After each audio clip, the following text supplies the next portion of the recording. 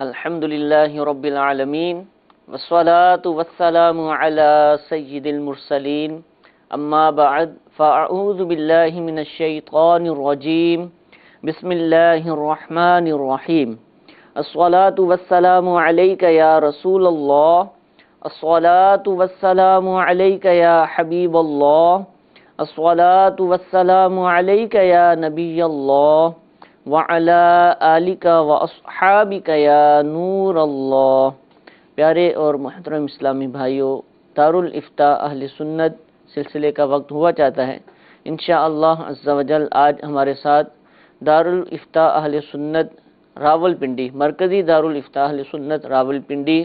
سے مفتی نوید چشتی صاحب ہمارے ساتھ موجود ہیں۔ انشاءاللہ عز و جل آپ کی کالز اور آپ کے SMS کے ذریعے جو سوالات ہمیں موصول ہوں گے انشاءاللہ سلسلے کا حصہ بنائیں گے۔ آپ کسی بھی حوالے سے شرعی رہنمائی حاصل کرنا چاہیں، دینی مسئلہ معلوم کرنا چاہیں تو مفتی صاحب ہمارے ساتھ ہیں۔ میسیج کرنے والے، SMS کرنے والے اسلامی بھائیوں سے مدنی التجا ہے کہ جو بھی آپ SMS کریں تو مختصر الفاظ کے اندر ہی کریں، ضرورت کی بات ہی اس کے اندر بیان کی جائے، جو مسئلہ ہے اسی کو پوچھا جائے، اس کے علاوہ کسی طرح کی کوئی چیز اس میں درج نہ کی جائے، نہ لکھا جائے، تاکہ زیادہ سے زیادہ میسیجز پڑھنے اور ان کو سلسلے میں شامل کرنے کا موقع حاصل ہو۔ درود پاک کی فضیلت سنتے ہیں۔ شیخ طریقت امیر اہل سنت دامت برکاتہم العالیہ اپنے رسالے ضیاء درود و سلام اس کے صفحہ نمبر 7 پر حدیث پاک نقل فرماتے ہیں، بے شک اللہ عز و جل نے ایک فرشتہ میری قبر پر مقرر فرمایا ہے جسے تمام مخلوق کی آوازیں سننے کی طاقت دی ہے، پس قیامت تک جو کوئی مجھ پر درود پاک پڑھتا ہے تو وہ مجھے اس کا اور اس کے باپ کا نام پیش کرتا ہے، کہتا ہے فلاں بن فلاں نے آپ پر اس وقت درود پاک پڑھا ہے۔ یہ حدیث پاک درج کرنے کے بعد، لکھنے کے بعد امیر اہل سنت لکھتے ہیں، سبحان اللہ، درود شریف پڑھنے والا کس قدر بخت آور ہے کہ اس کا نام مع ولدیت بارگاہ رسالت صلی اللہ تعالی علیہ وآلہ وسلم میں پیش کیا جاتا ہے۔ یہاں یہ نکتہ بھی انتہائی ایمان افروز ہے کہ قبر منور پر حاضر فرشتے کو اس قدر زیادہ قوت سماعت دی گئی ہے کہ وہ دنیا کے کونے کونے میں ایک ہی وقت کے اندر درود شریف پڑھنے والے لاکھوں مسلمانوں کی انتہائی دھیمی یعنی آہستہ آواز بھی سن لیتا ہے۔ جب خادم دربار کی قوت سماعت یعنی سننے کی طاقت کا یہ حال ہے تو سرکار والا تبار، مکہ مدینے کے تاجدار، محبوب پروردگار صلی اللہ تعالی علیہ وآلہ وسلم کے اختیارات کی کیا شان ہوگی؟ وہ کیوں نہ اپنے غلاموں کو پہچانیں گے اور کیوں نہ ان کی فریاد سن کر بِإِذْنِ اللہ یعنی اللہ عز و جل کی اجازت سے ان کی امداد فرمائیں گے۔ اور کوئی غیب کیا تم سے نیہا ہو بھلا،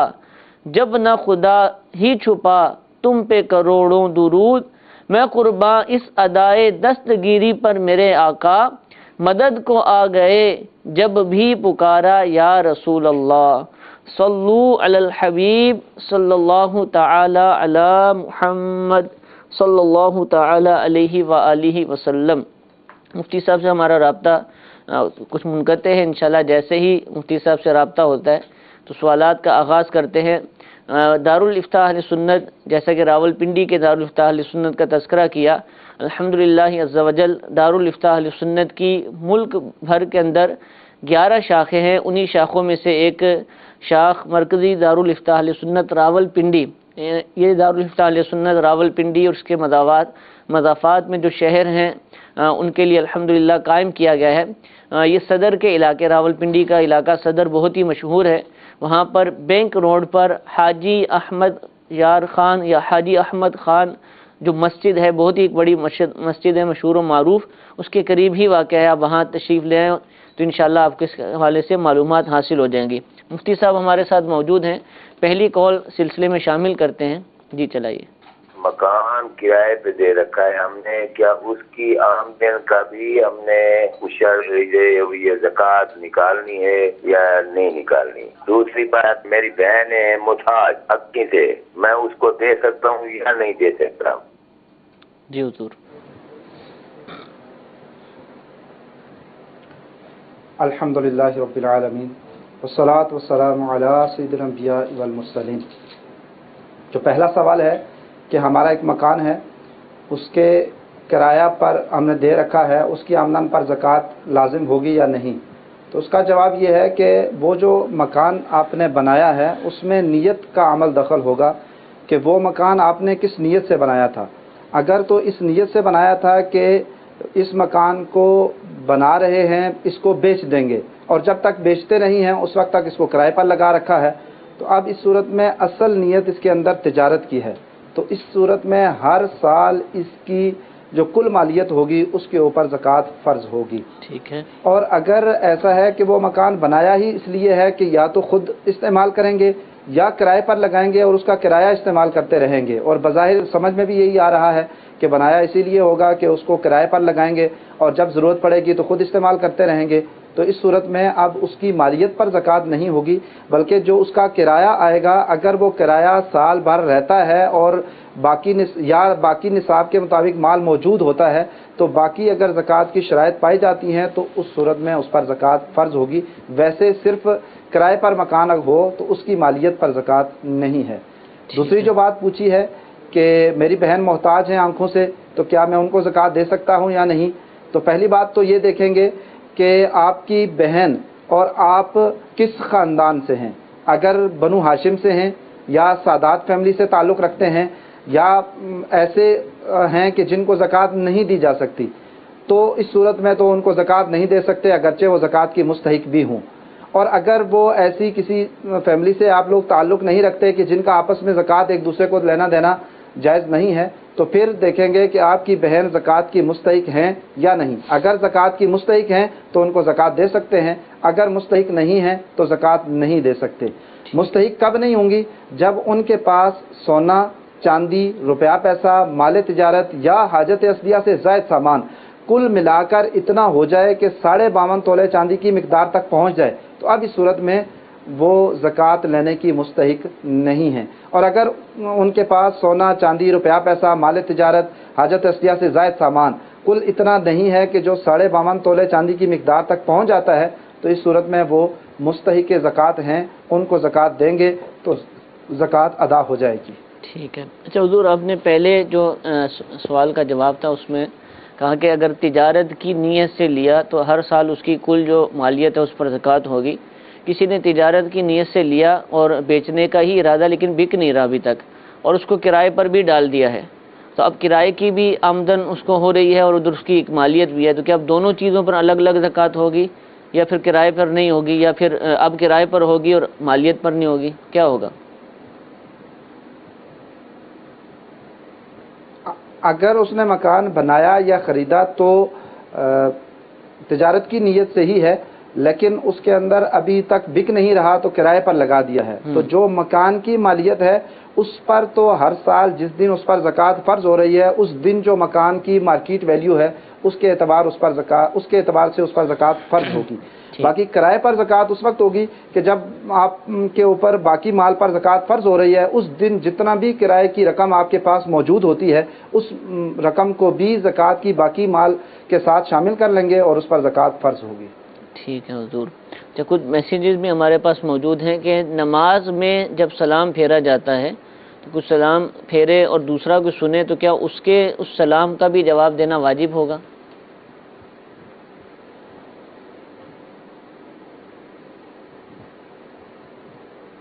جو سلام تحیت ہے اور کوئی ملنے کے لیے آیا ہے اور اس وقت سلام کرتا ہے تو اس سلام کا جواب دینا واجب ہوتا ہے۔ یہ نماز کا جو سلام ہوتا ہے یہ اس کا جواب جو ہے وہ کسی پر لازم نہیں ہوتا، نہ ساتھ بیٹھے ہوئے نمازی پر لازم ہوتا ہے اور نہ ہی نماز کے علاوہ کسی بیٹھے ہوئے شخص پر لازم ہوتا ہے، اس کا جواب کسی پر لازم نہیں ہے۔ ٹھیک ہے۔ اچھا، دوسرا سوال یہ پوچھا گیا کہ اگر کسی کو کسی پیر صاحب کا مرید ہونا ہے تو کیا ان کے ہاتھ پر ہی ہاتھ رکھ کر مرید ہوا جا سکتا ہے یا روحانی طور پر بھی مرید ہوا جا سکتا ہے؟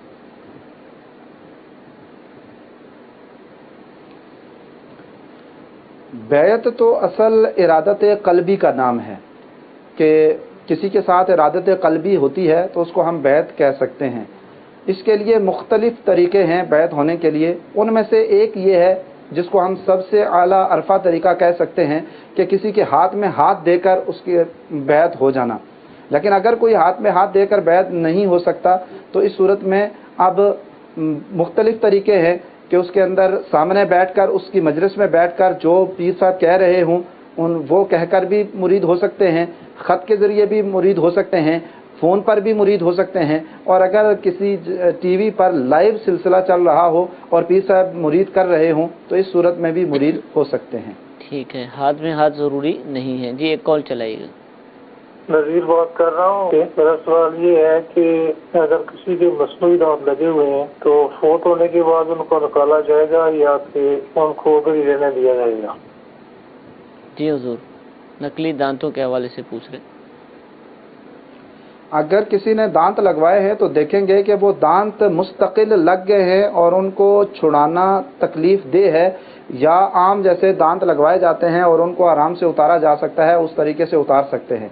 اگر دانت پکے لگ گئے ہیں اور تار کے ساتھ بندھے ہوئے ہیں یا مسوڑوں کے اندر فکس کر دیے گئے ہیں اور ان کو اتارنے میں ضرر ہوتا ہے تو اب اس صورت میں وہ دانت نہیں اتارے جا سکتے، کہ اب اس کے لیے میت کو ضرر ہوگا، تکلیف ہوگی، اور اس میت کو اذیت اور تکلیف دینا جائز نہیں ہے۔ اور اگر دانت ایسے ہیں کہ جیسے بعض اوقات پورے کے پورے دانت لگائے جاتے ہیں اور وقت ضرورت ان کو اتارا جا سکتا ہے، اس طریقے سے لگائے ہیں تو پھر ان کو اتار سکتے ہیں کہ اب یہ مال ہے اور مال ان کے ساتھ بھیجنے میں مال کا اسراف ہے، یہ دانت کسی اور کو بھی کام آ سکتے ہیں۔ ٹھیک ہے، ان کو نکال لیا جائے گا۔ سوال حضور یہ پوچھا جا رہا ہے کہ اگر کوئی بس اسٹینڈ پر ہو اور اس کا سامان ایکسچینج ہو جائے، تبدیل ہو جائے کسی کے ساتھ، اور معلوم نہ ہو کہ اصل مالک کون ہے اور ڈھونڈنے پر بھی امید نہ ہو کہ مل جائے، تو کیا ایسا سامان کسی شرعی فقیر کو دے سکتے ہیں؟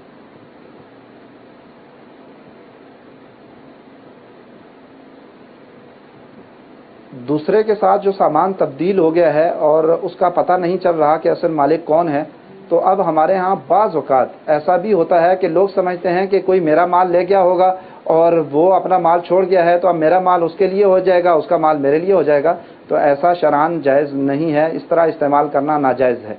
اس کے لیے یہ لقطے والے حکم میں آئے گا، لقطے کے حکم میں آئے گا، تو اب اس کے لیے یہ ہوگا کہ اس مال کی تشہیر کرتے رہیں اتنے عرصے تک کہ جب تک آپ کو یہ غالب گمان نہیں ہو جاتا کہ اب اس کا مالک نہیں ڈھونڈ رہا ہوگا۔ جب آپ کو یہ غالب گمان ہو جائے کہ اب اس کا مالک اس چیز کو نہیں ڈھونڈ رہا ہوگا تو پھر اصل مالک کی طرف سے شرعی فقیر پر اس مال کو صدقہ کر دیا جائے، اور اگر پھر اس کے بعد وہ مالک آ جاتا ہے تو اگر تو اس صدقے کو جائز قرار دے دیتا ہے تو درست ہے، اور اگر صدقے کو جائز قرار نہیں دیتا تو پھر اس صورت میں اتنا مال جتنا کا وہ مال تھا اس کی قیمت، اس کا ثمن اس کو ادا کرنا پڑے گا۔ ٹھیک ہے جی، ایک کال چلائیے۔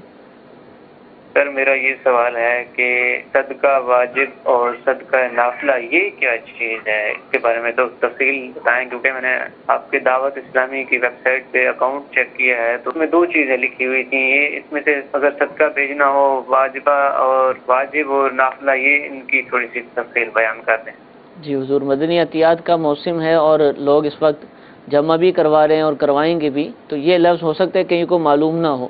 فرق کیا ہے دونوں کے اندر؟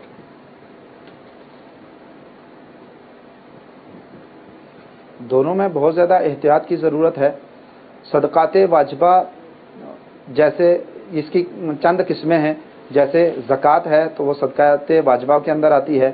فطرانہ ہے زکوٰۃ، اور اسی طریقے سے یہ بھی صدقات واجبہ کے اندر آتا ہے۔